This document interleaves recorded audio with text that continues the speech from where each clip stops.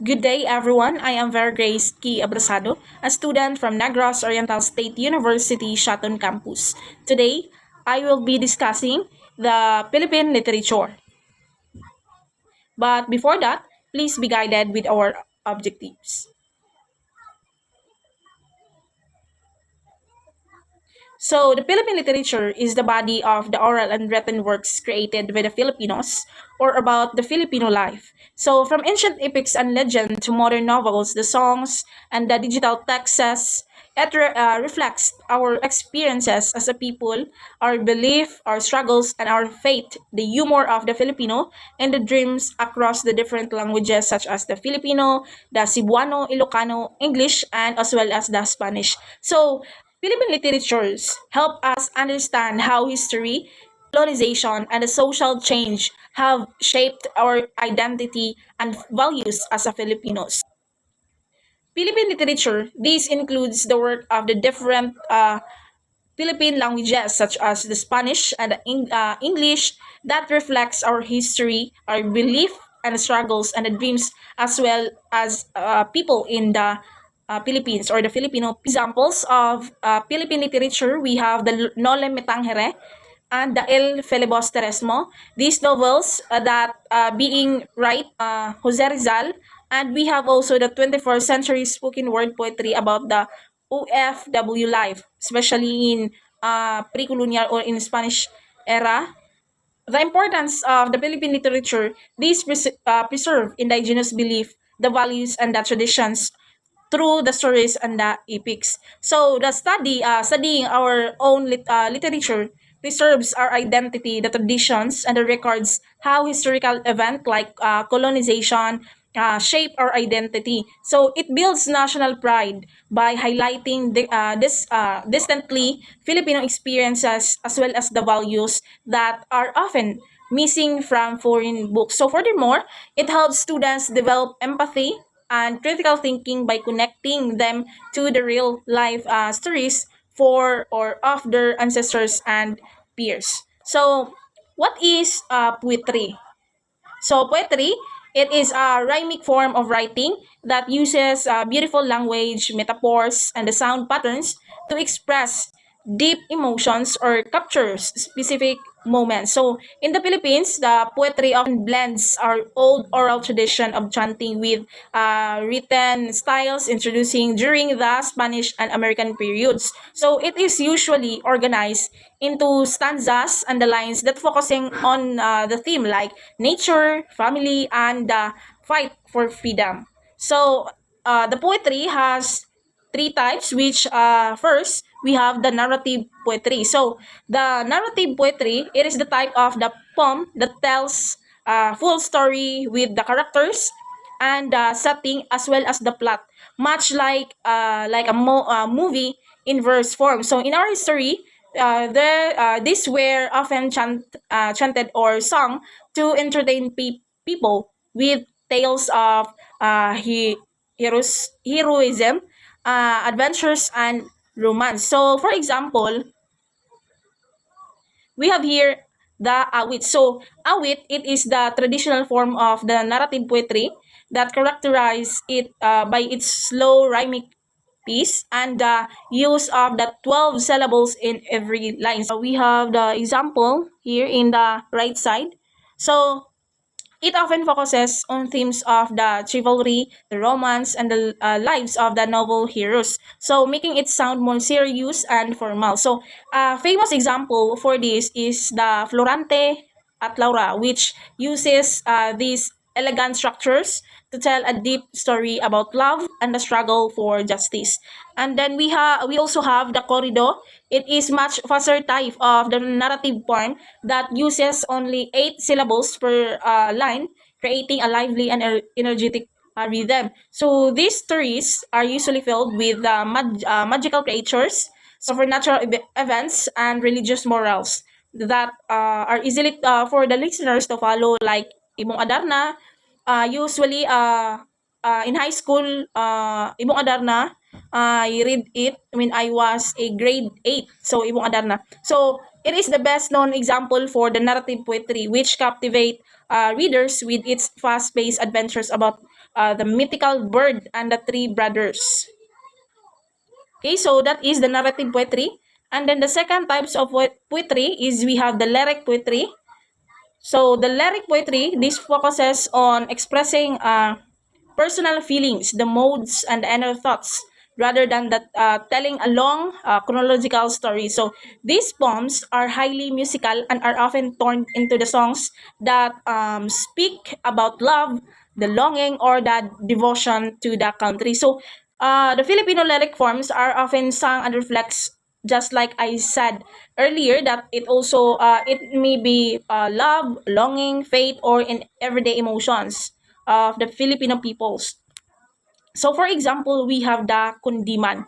So the kundiman is the traditional Filipino love song that express deep and sometimes patriotic love. So it is a Filipino love song that uses the flowing melodies to express deep feelings, or it can be of the devotions and heartache. So while it is often sound like serenade to a romantic partner. So many Filipino composers uses this form as a secret way to express their intense longing for the national freedom during the colonial time. So by blending sadness with hope, the Kundiman captures the resilient and the emotional spirit of the Filipino people in their search for love and liberty of the country. So we have the second example, Balitaw. So the Balitaw is a popular musical tradition from Visayas that combines rhythmic song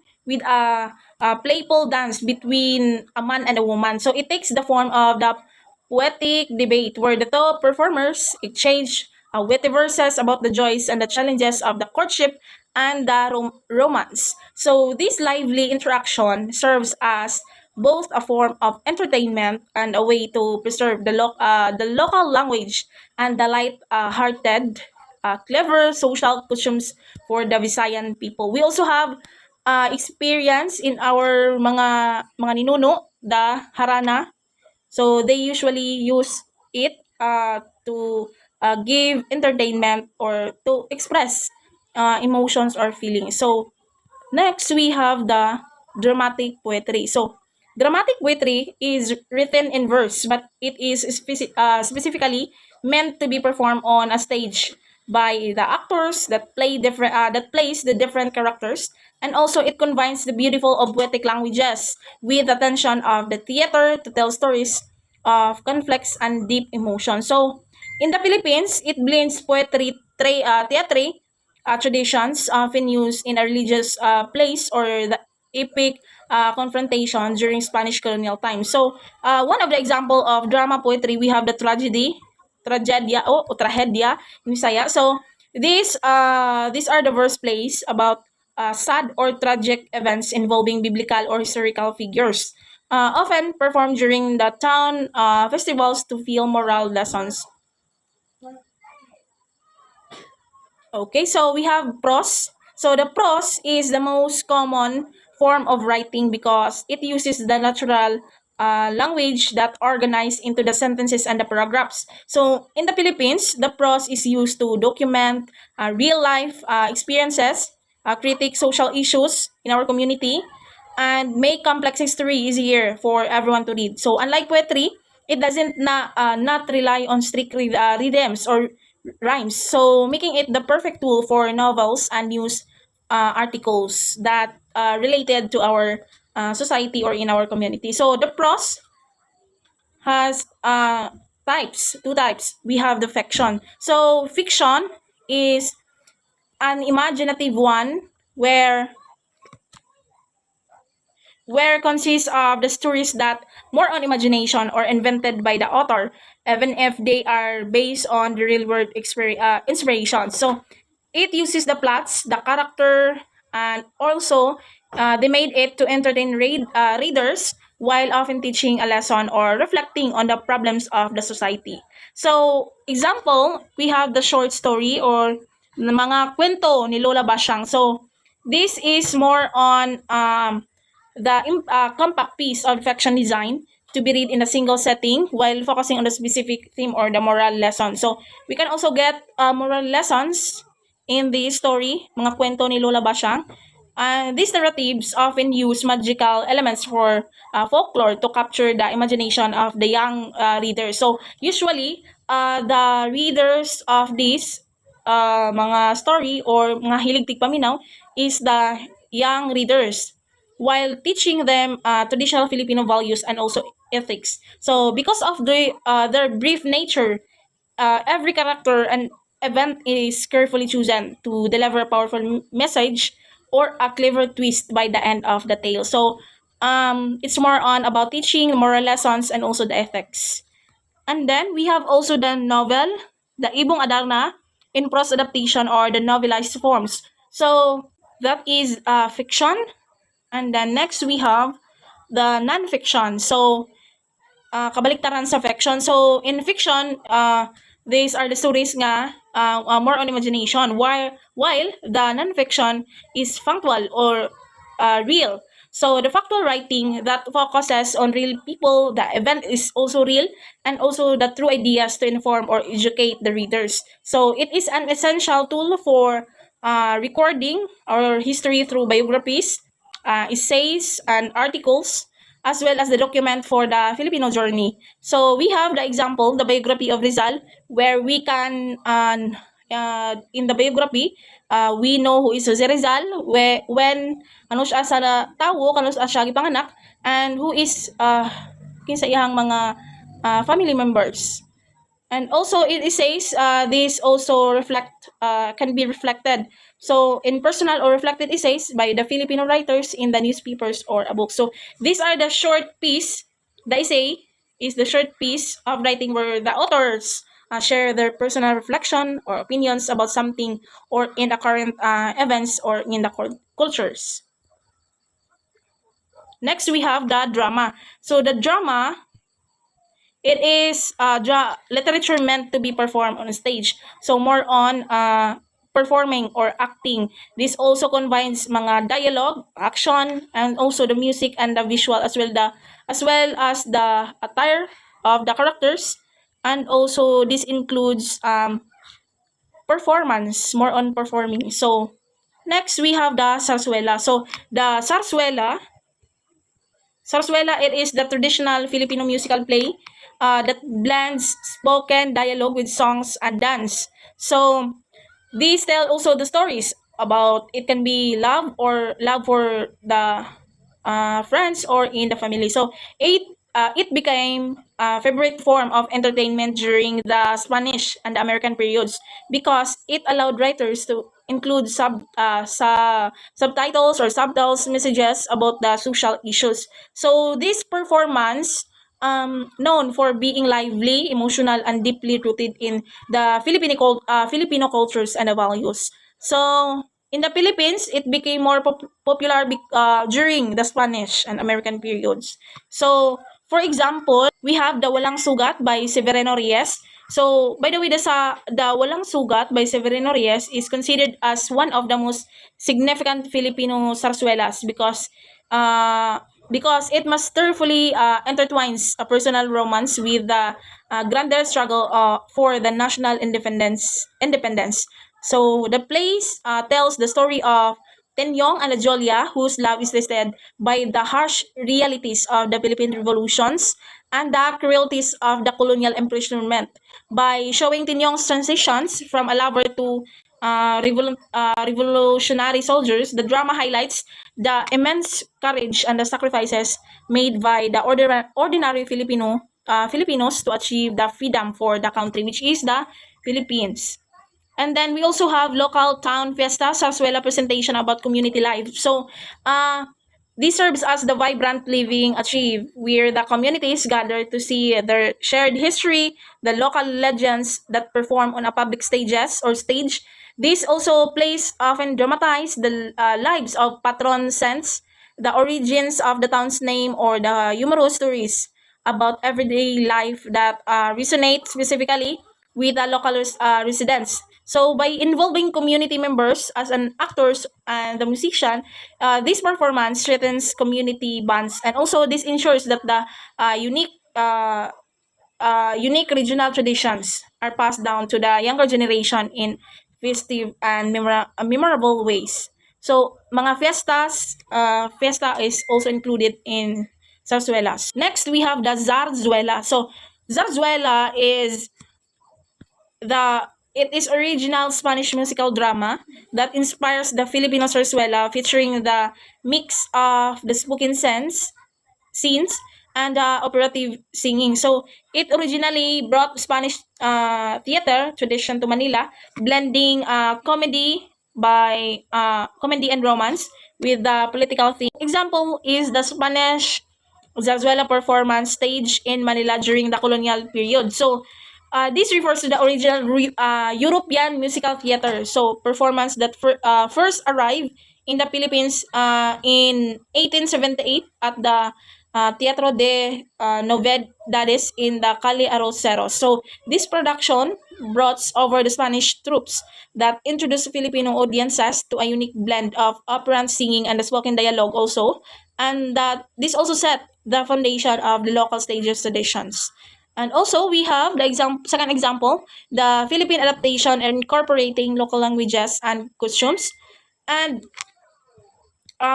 these represent the creative evolution of the genre, as well as the local writers and the composer replace the foreign Spanish stories with relatable Filipino settings and social concerns. Next, we have the literary periods, the pre-colonial. So the pre-colonial period is this defined by the oral literature that was passed down from the generation to generation through the word of the mouth. And these stories, such as the myths and the epics, explain the origins of the world and the brave needs of ancient tribal heroes. So they serve as the fundamental of the our cultures here in the Philippines, revealing the belief and the social values of our ancestors long before foreign influence arrived.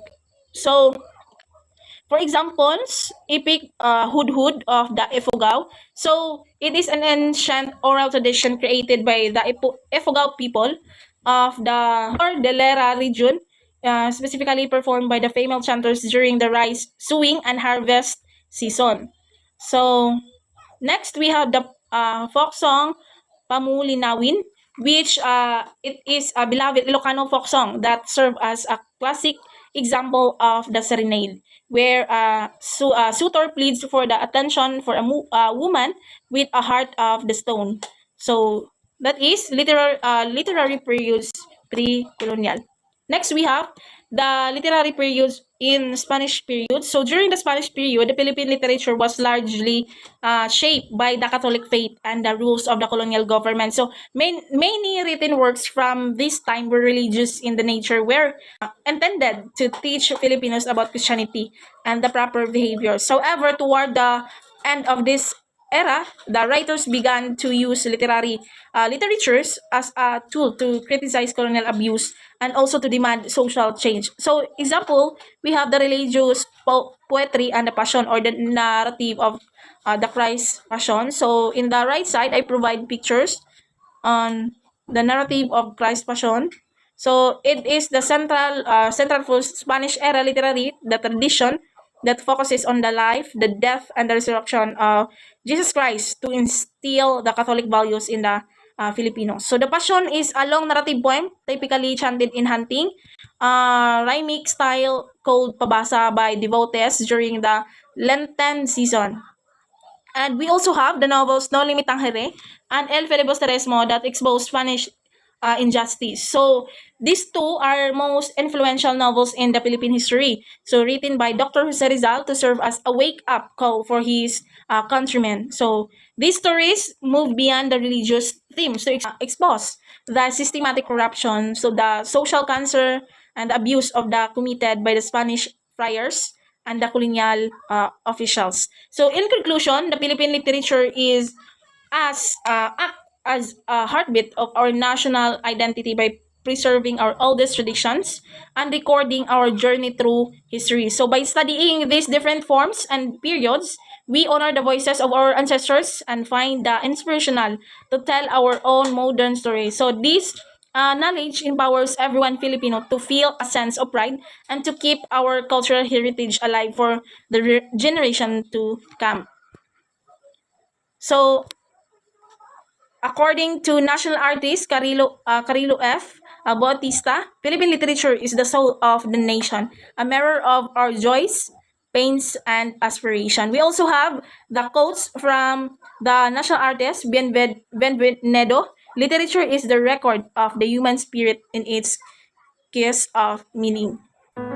So that is for today. I hope that you learned something about the Philippine literature. Thank you and God bless.